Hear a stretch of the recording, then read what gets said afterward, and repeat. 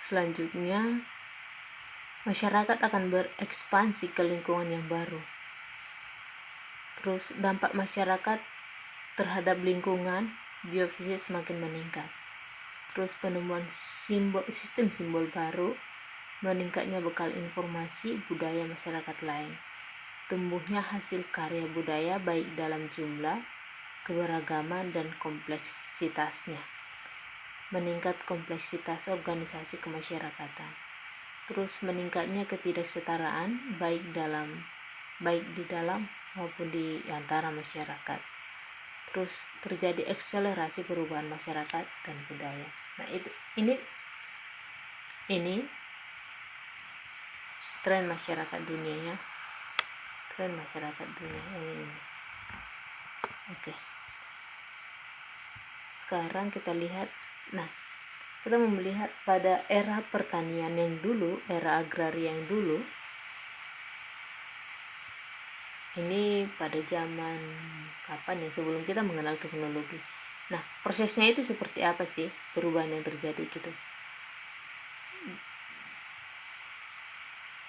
Diawali dari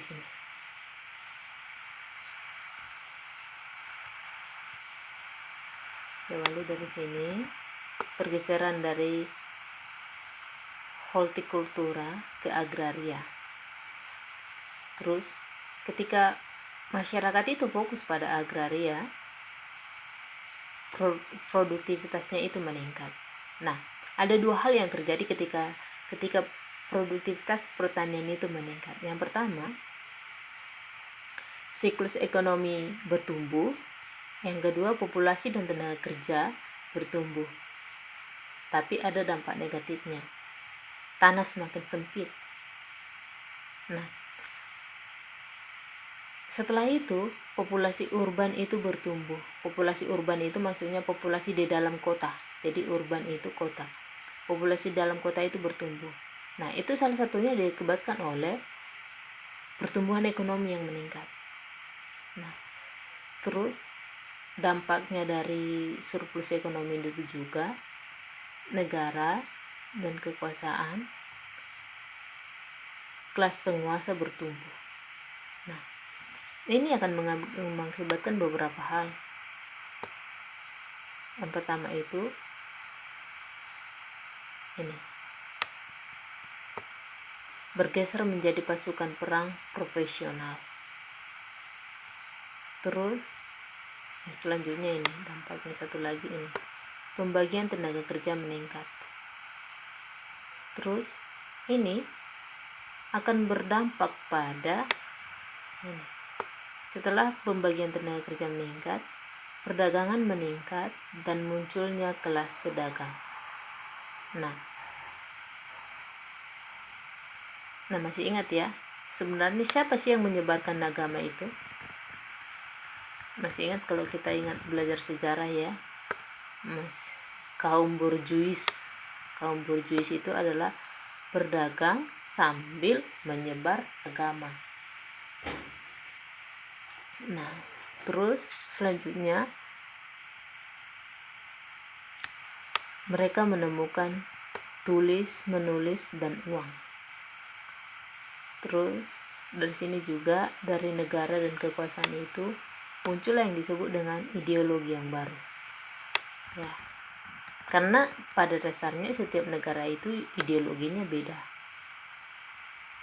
Nah, selanjutnya di sini ketidaksetaraan meningkat. Nah, kita lihat sekarang bahwa ketidaksetaraan itu bukan hanya terjadi di negara-negara ya, tapi juga di dalam suatu negara. Bahkan kita bisa melihat bahwa sebagian negara itu negara maju, sebagian negara miskin. Bahkan di Indonesia ya, kita melihat bahwa sebagian kota itu sangat maju, sebagian bahkan tertinggal gitu. Seperti Indonesia Timur misalnya, kita bandingkan Jawa dengan Indonesia Timur, itu tidak setara gitu. Nah, terus perang untuk menaklukkan semakin meningkat yang ini. tingkat inovasi melambat. Nah, itu pada era pertanian ini yang sedang terjadi. Ini yang terjadi. Perubahan-perubahan yang terjadi pada era pertanian. Ya. Ya, para saudagar. Jadi itu terjadi di era pertanian pada saat nenek moyang kita yang dulu masih bertani ya. Sekarang nenek moyang kita sudah main TikTok mungkin, nggak bertani lagi dengan teknologi yang ada.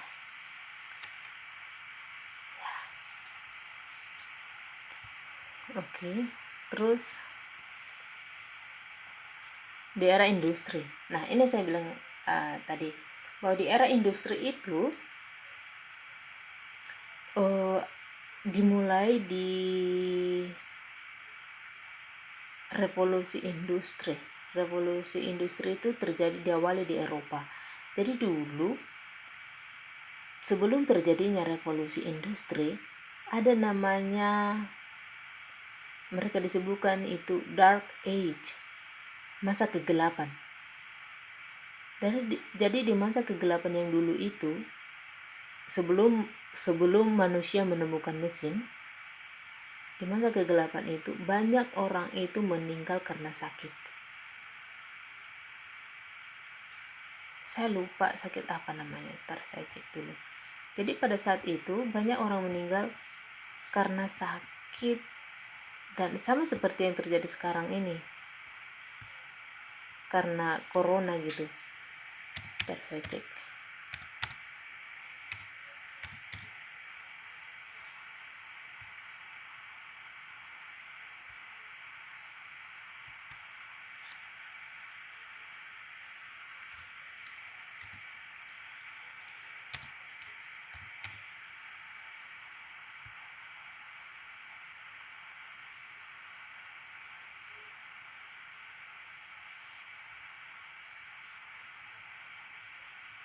Nah ya, jadi pada era revolusi industri, mereka itu banyak yang meninggal karena disebut juga pandemi. Ada pandemi sama seperti corona yang sekarang, pandemi.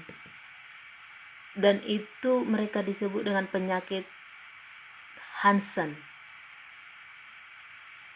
Penyakit Hansen. Jadi orang saat itu penyakit menular juga, tapi dampaknya itu seperti sakit perut, seperti disentri. Jadi pada saat itu sangat banyak orang meninggal, dan itu terjadi di Eropa. Nah, terjadi di daratan Eropa. Kenapa pada saat itu nggak sampai ke negara-negara Asia misalnya? Karena pada saat itu mobilitas orang-orang itu masih rendah, perpindahan orang-orang itu rendah. Sementara sekarang dengan corona yang terjadi sekarang, perpindahan orang itu cepat, sudah ada pesawat. Nah, jadi ketika terjadi pandemi di Wuhan, itu cepat menyebar ke seluruh negara. Tapi ketika pada saat di era industri yang dulu, itu hanya terjadi di Eropa. Dan itu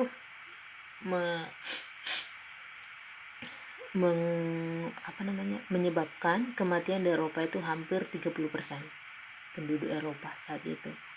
Nah, sebelum era industri ini, sebelum era revolusi industri yang terjadi di Eropa, itu penyakit tersebut melanda daratan Eropa.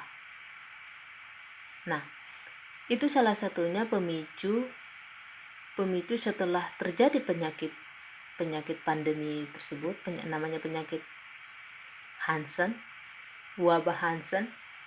Nah, mereka berusaha untuk mendorong produktivitas. Setelah banyak populasi yang meninggal, mereka kembali melakukan aktivitas dan berusaha memikirkan, kita butuh tenaga kerja yang baru. Kita butuh produksi barang-barang dan jasa ini lebih banyak. sementara orang-orang gak ada lagi yang bisa dipekerjakan karena sakit gitu. Nah, itulah latar belakang adanya revolusi industri pada saat semua perusahaan itu hampir menggunakan mesin karena orang-orang lagi sakit gitu. Nah, jadi ceritanya seperti ini kalau dalam ilmiahnya. Nah, jadi pada masa era industri, akumulasi informasi tentang teknologi yang diperoleh pada akhir era pertanian termasuk kemajuan dalam sistem navigasi, cara pembuatan kapal, dan penemuan alat cetak. Nah, ini berdampak pada ini salah satunya adalah reformasi agama. Terus ini penemuan dan penaklukan dunia baru. Jadi pada saat mereka itu menemukan mesin di era revolusi industri, mereka berpikir bahwa mereka sedang menaklukkan dunia. Nah, emas dan perak diangkut ke Eropa. Meningkatnya perdagangan, munculnya negara-negara garis depan. Nah, ketika Eropa pada saat itu menemukan mesin, industri mereka sangat maju dan mereka yang menjadi negara garis depan. Nah, selanjutnya munculnya ekonomi uang, terus perubahan organisasi, munculnya entrepreneur.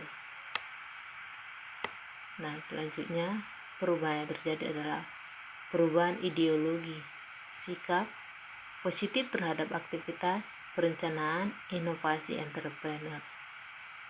Nah, ini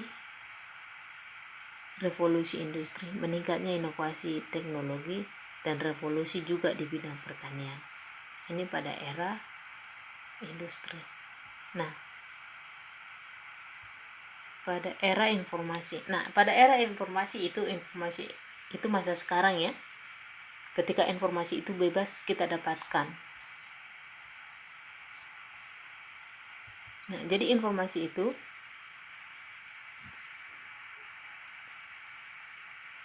sangat mempengaruhi kehidupan manusia.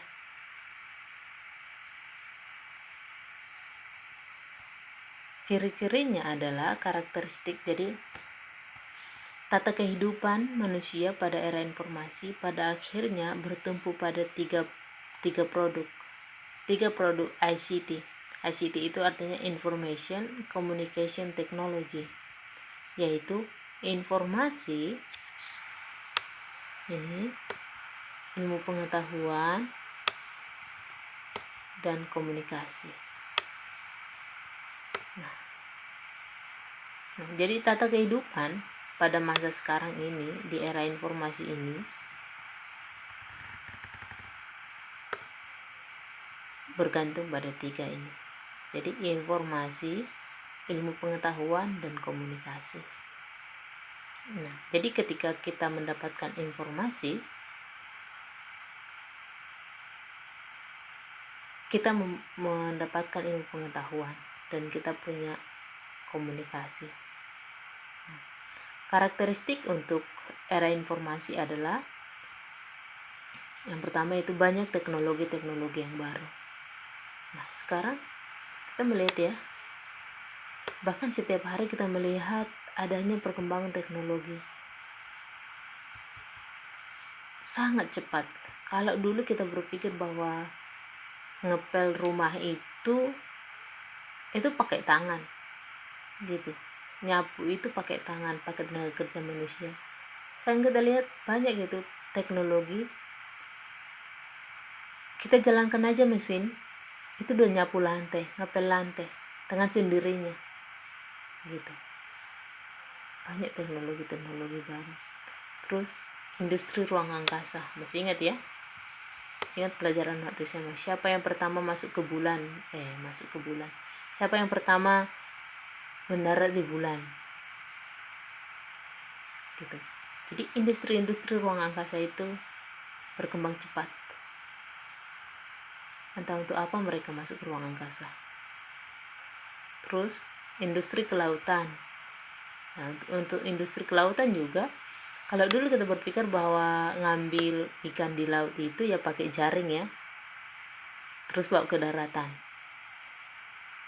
Sekarang dengan industri kelautan, ada kapal di dalam laut selama 3 bulan, datang-datang ke daratan bawa ikan kaleng gitu. Karena mereka produksi itu di dalam lautan. Mereka produksi ikan itu di dalam lautan dan dibawa ke daratan. Nah, tidak lagi seperti pada tradisional yang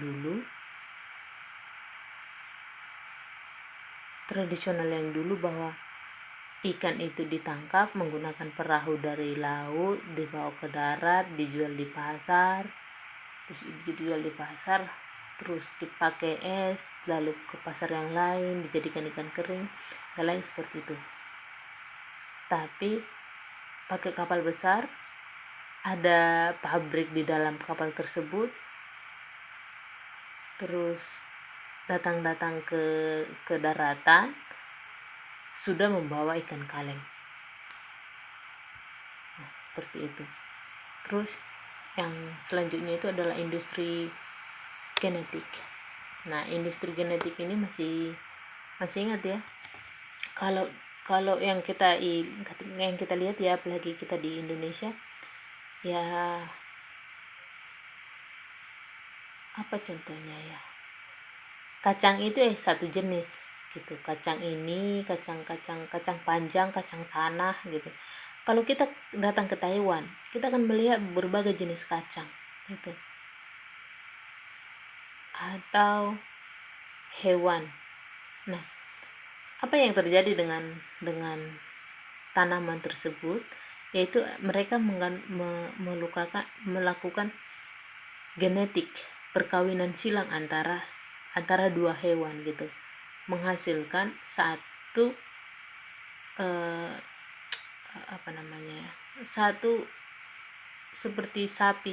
Kenapa sapi Australia itu lebih gemuk, lebih cepat besar gitu? Karena genetiknya itu beda. Karena ada perkawinan silang yang mereka lakukan di antara sapi tersebut gitu. Karena ketika kita bandingkan dengan sapi kita yang ada di Indonesia ya, sapi yang dari Australia itu kenapa lebih cepat besar gitu. Terus juga ayam ya, kalau kita lihat ayam kampung itu kita bisa panen setelah berapa bulan ya, baru bisa panen 8 bulan kali ya. Tapi kalau ayam apa namanya, ayam hybrid yang biasa kita beli di pasar, itu 3 bulan 4 bulan sudah bisa panen. Tapi kalau ayam kampung, wah, kita harus nunggu hampir setahun gitu. Apa yang terjadi dengan mereka itu adalah industri genetik. Tuh. Selanjutnya adalah demasifikasi media. Nah, demasifikasi media ini maksudnya media itu ada di mana-mana dan semua orang bisa mengakses media. Ya. Bahkan kita ketika kita di Taiwan pun kita bisa menonton TV loh. Kita bisa menonton Mata Najwa, kita bisa menonton sinetron karena kita bisa akses itu di YouTube.